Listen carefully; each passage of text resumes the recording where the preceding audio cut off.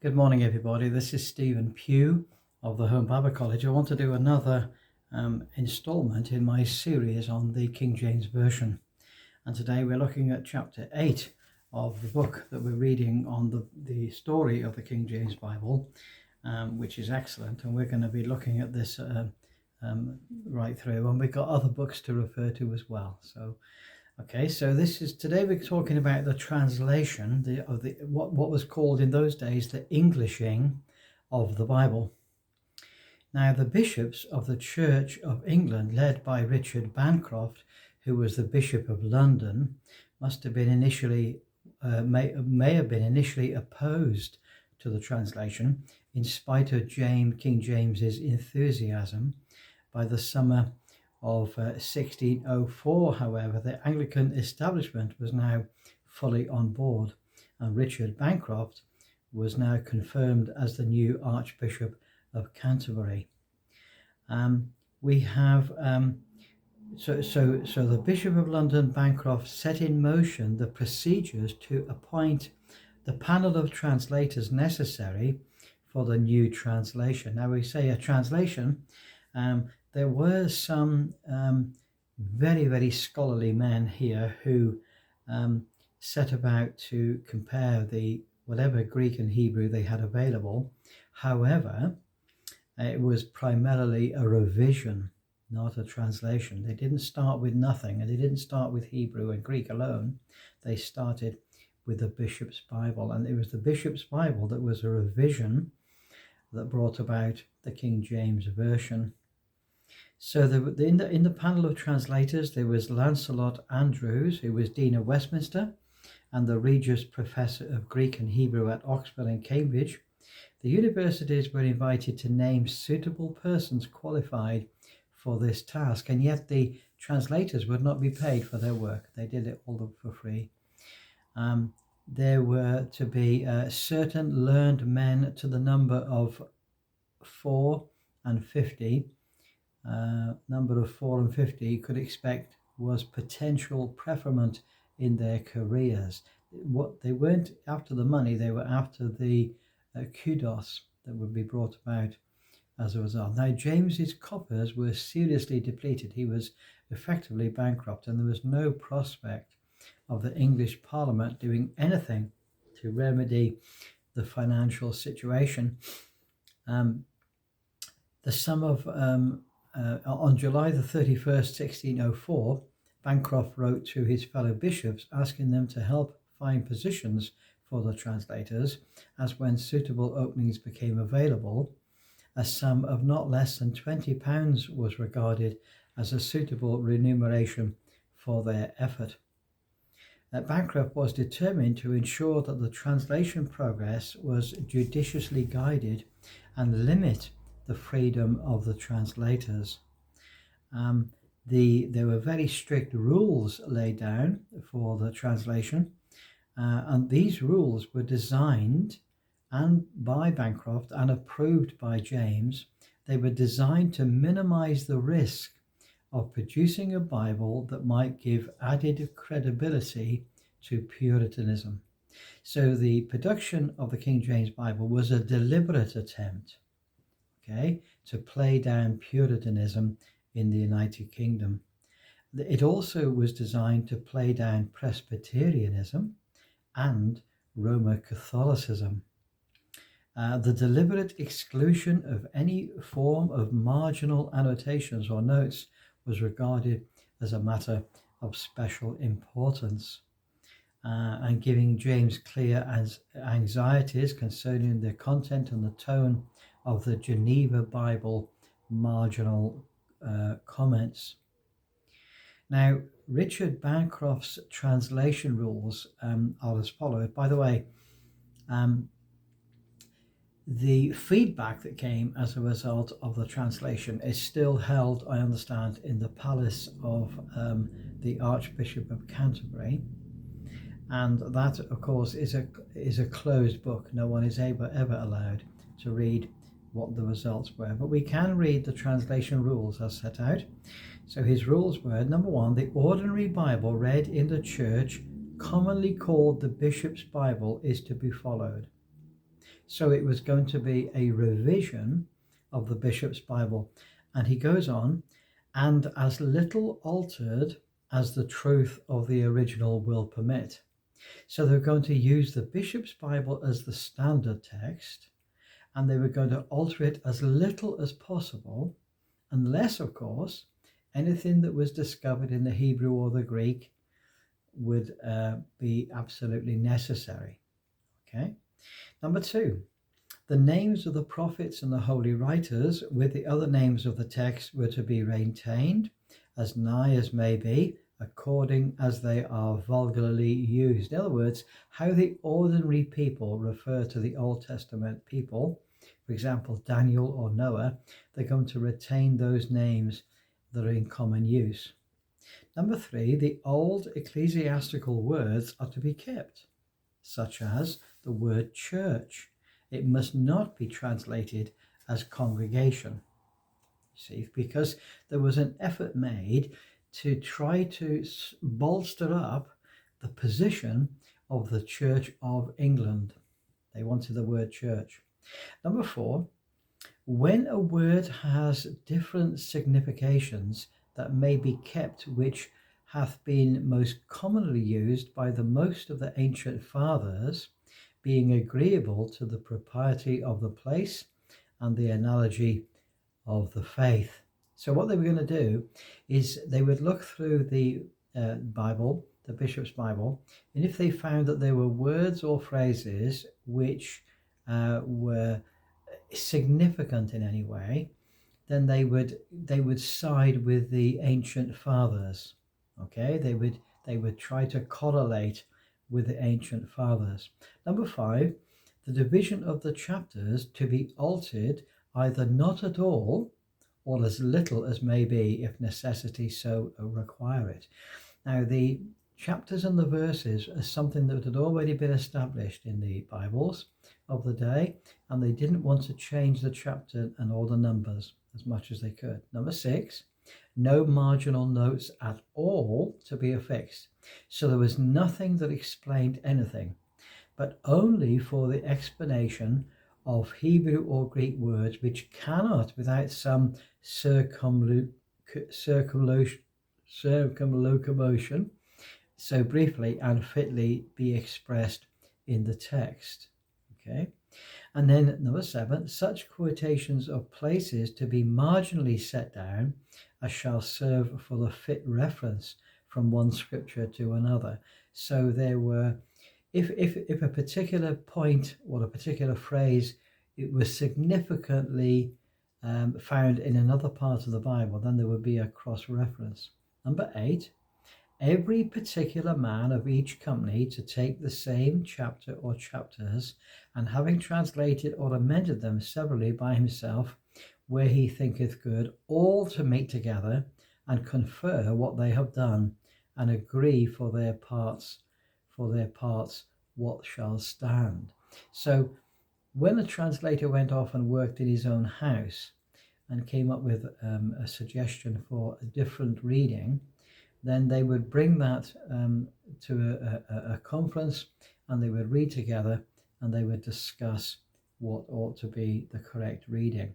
Number 9, as any one company has dispatched any one book in his manner, they shall send it to the rest. So when a particular company of translators complete a complete book, they will send it to other companies to be considered. And they will also send it to His Majesty for very careful consideration on this point. Number 10, if any company upon the review of the book so sent doubt or differ in any place, to send them word thereof, and to note the place, and withal send the reasons, to which if they consent not, the difference to be compounded at the general meeting, which is to be of the chief persons of each company, and at the end of the week. So there was a weekly summary and roundup of the changes or the alterations that should be made.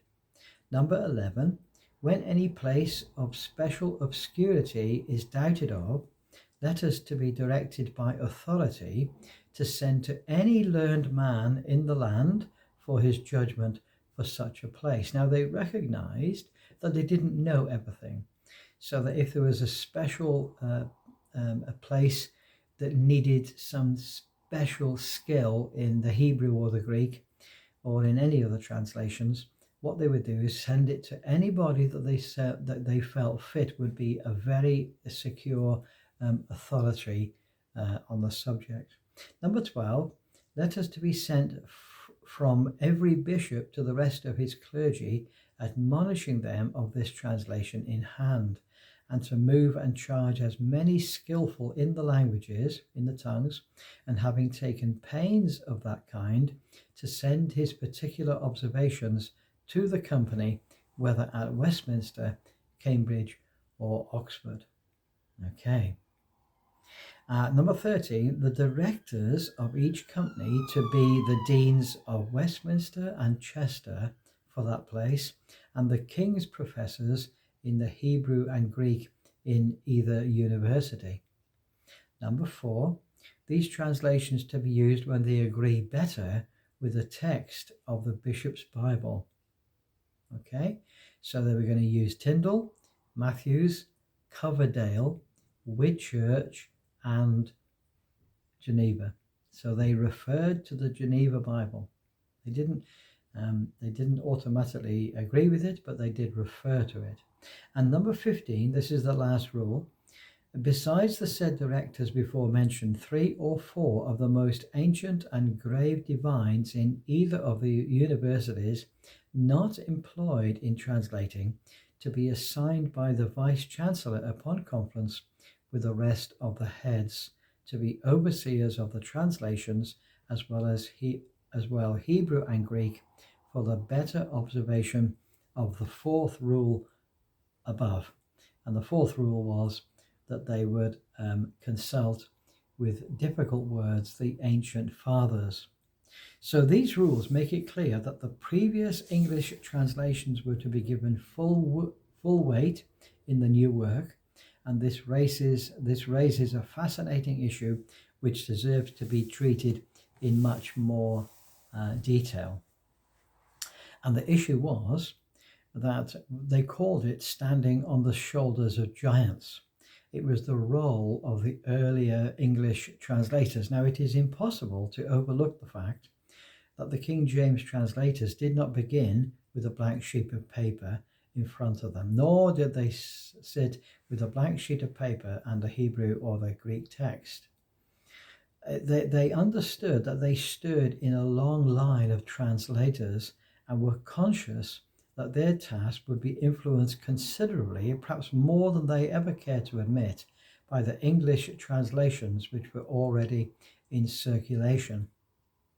Okay, the 15 rules by which their translation would be governed specifically directed them to base themselves on earlier versions, especially upon the Bishop's Bible. That's the important one. Alterations to translations were generally only made on the basis of increased accuracy, for example, through advanced studies of philology. So they say this, they say, we are dwarves sitting on the shoulders of giants. We see more and things that are more distant than they did, not because our sight is superior, but because we just happen to be taller than they, but because they raise us up, and by their great stature add to our height.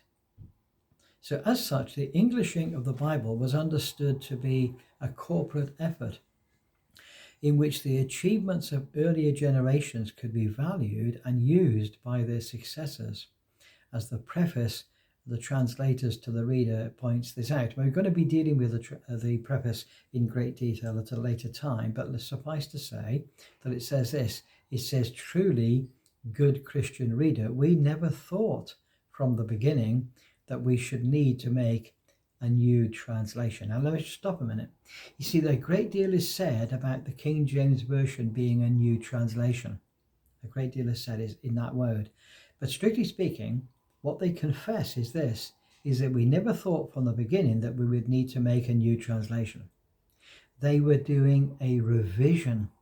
And they go on to say, nor yet to make a bad one a good one, for then the imputation of Sixtus had been true in some sort, that our people had been fed with gall of dragons instead of wine, which they with whey instead of milk, but to make a good one better, or out of many good ones, one principal good one. See what their thinking is. They don't think that they're going to make a new translation. They're not going to improve on the original ones. They're hoping that out of all the previous translations, they will be able to construct a good translation. So the King James Bible, therefore, is not to be dismissed as a mere tinkering with earlier versions.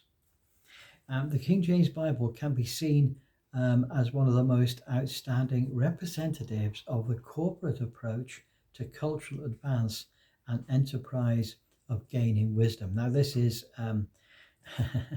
this is our dear brother Alistair McGrath commenting there. I think it's a little overstated, actually, a little overstated. Now, there were 6 companies of translators, and James directed that the entire text of the Bible was to be divided into 6 sections, with roughly the same number of men allocated to the translation of each section. 2 were assigned to meet at Westminster, 2 companies to meet at Oxford, and 2 at Cambridge. So that's the 6 companies. Now, the finishing touches would be applied to the work by the Bishop of Winchester and Gloucester. That's the finishing touches. Bancroft appears to have drawn no attention to the fact that he had reserved for himself the privilege of making revisions of what all hitherto thought of as the final draft. So when all the translators had finished, and when the 2 bishops of Winchester and Gloucester had finished, Bancroft still reserved the right to make whatever alterations he chose. That's interesting, isn't it? You see, it wasn't just down to the translators. Careful study of the various list of translators shows that the maximum number of 54 translators specified by James was not achieved. There were, according to Gilbert Burnett, he identifies only 47 names. Other lists have up for 51 and so on. But however, he says there's only 47 names. And this is because some of the people that have been appointed died in the meanwhile. And the details of the 6th company of translators, now they were all highly educated men. They were virtually entire supporters of the religious political establishment. And the translators were drawn almost entirely from the southeast of England. And this is all very important and interesting to know. Now, the first Westminster Company dealt with the Old Testament from Genesis to 2 Kings. It was headed by Lancelot Andrews, who was Dean of Westminster Abbey and subsequently Bishop of Chichester, Bishop of Ely, and Bishop of Winchester. Now, the members were William Bedwell, Richard Clark, Geoffrey King, John Layfield, John Overall, Hadrian de Sarve, Richard Thompson, and Robert Tye. So that was 9 people altogether in that group. Now, the first Cambridge Company did 1 Chronicles to the Song of Solomon. It was headed by Edward Livy, Regius Professor of Hebrew at Cambridge University. And the members of the team were Roger Andrews, Andrew Byng, Lawrence Cudderton, Thomas Harrison, John Richardson, and Robert Spalding. Now, altogether, there were 7 men who were the revisers there. Now, the first Oxford Company did the assignation of Isaiah to Malachi. So this is the rest of the Old Testament. They were headed up by John Harding, president of Magdalen College. The members of the team were Richard Brett, Richard Fairclough, Thomas Holland, Richard Kilbury, John Reynolds, and Miles Smith. That was 7 members in the team. Now, the second Oxford Company, which were going to deal with the four Gospels, Acts, and the book of Revelation, were headed up by Thomas Ravid, Dean of Christ Church, Oxford, Bishop of Gloucester, and finally Bishop of London. The members of the team were George Abbott, John Aglonby, Richard Eads, John Harmer, James Montague, John Perrin, Ralph Ravens, Sir Henry Saville, and Giles Thompson. So that's 10 people in that team. The second Westminster Company were going to take on the New Testament letters, were headed up by William Barlow, Dean of Chester and Bishop of Rochester. The members were William Dakins, Roger Fenton, Ralph Hutchinson, Michael Rabbit, Thomas Sanderson, and John Spencer. So there were 7 in that team. And the last team was the second Cambridge Company. It was headed up by John Dupont, and he was taking on the apocryphal books. I don't know whether you know this, but the King James Version always included the apocryphal books, especially in those early years. And the members of the team were John Boyes, William Branthwaite, Andrew Downes, Jeremiah Radcliffe, Robert Ward, and Samuel Ward.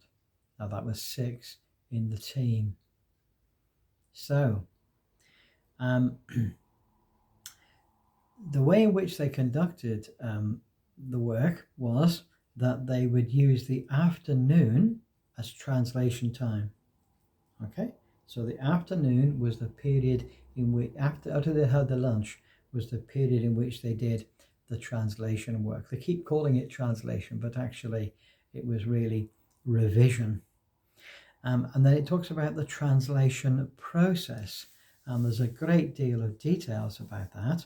But suffice to say that there were certain people that were very difficult translate people to, they didn't get on with one another. And Broughton was passed over.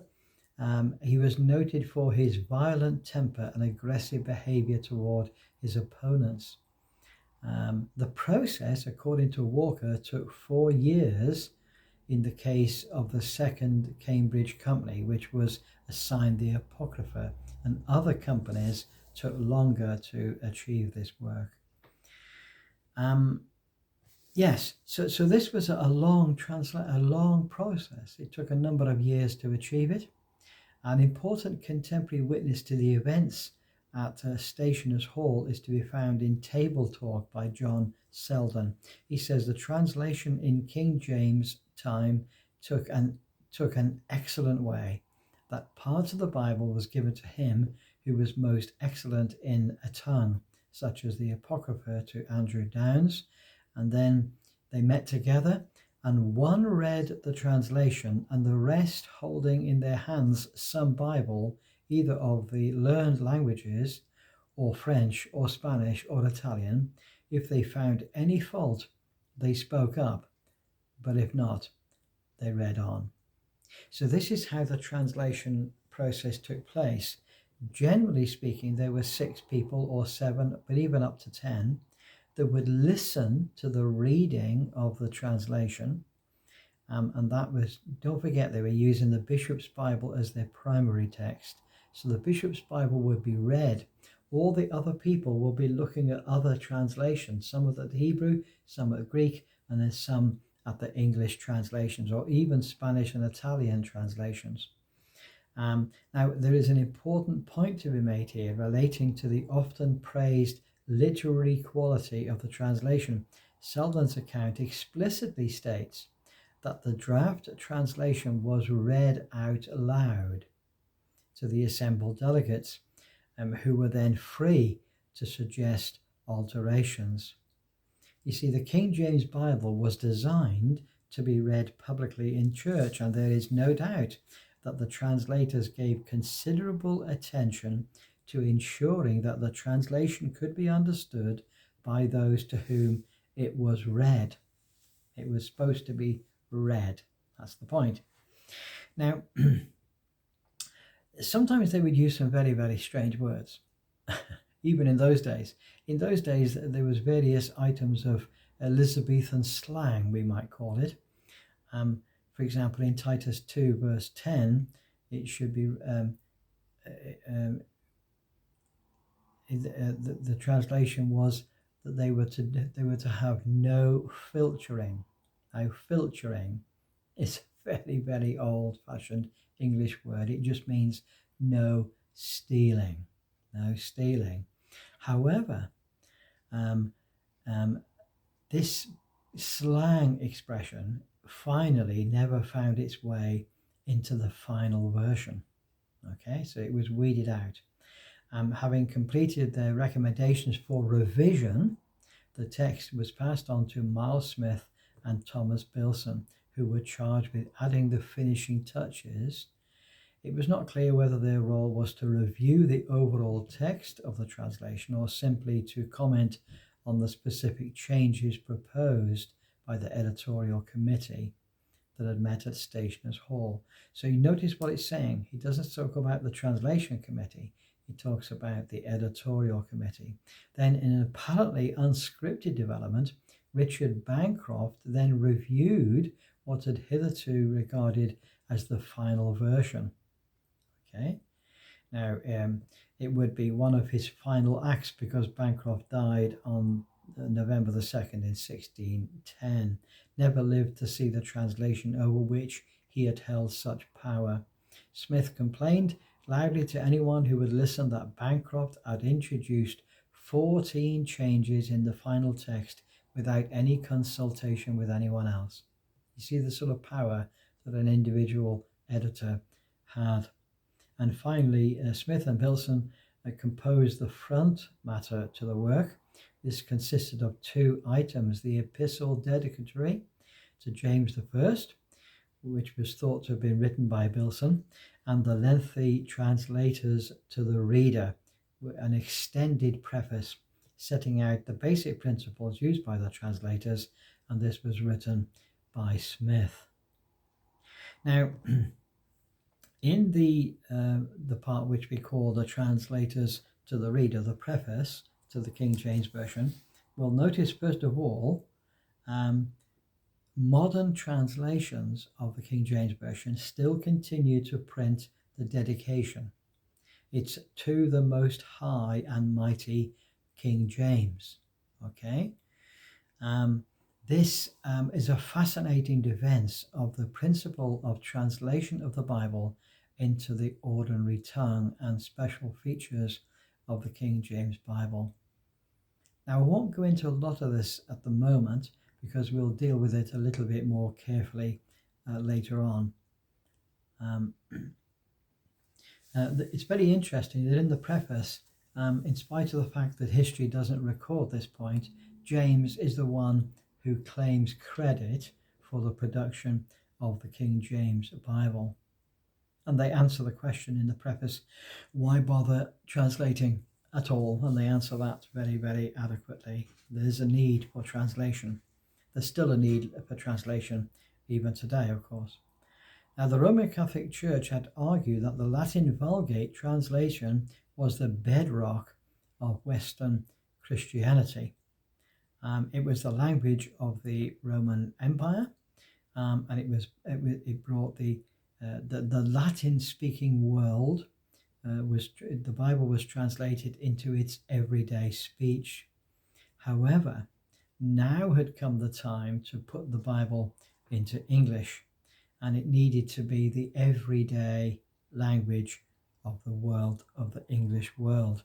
And as Smith concluded his argument on the point, he says, now what we have available thereto than to deliver God's book unto God's people in a tongue which they can understand. But of course we must remember that this is the tongue of Jacobean life 400 years ago. It's not the language of today. And if you take a copy of the original 1611 King James Bible, you'll find it very difficult to read. First of all, the words are different, the sentence structure is different, many of the words are completely unintelligible to English-speaking people today. what we have today, when we think about the King James Version, we do not have the same as what the King James Version was in 1611.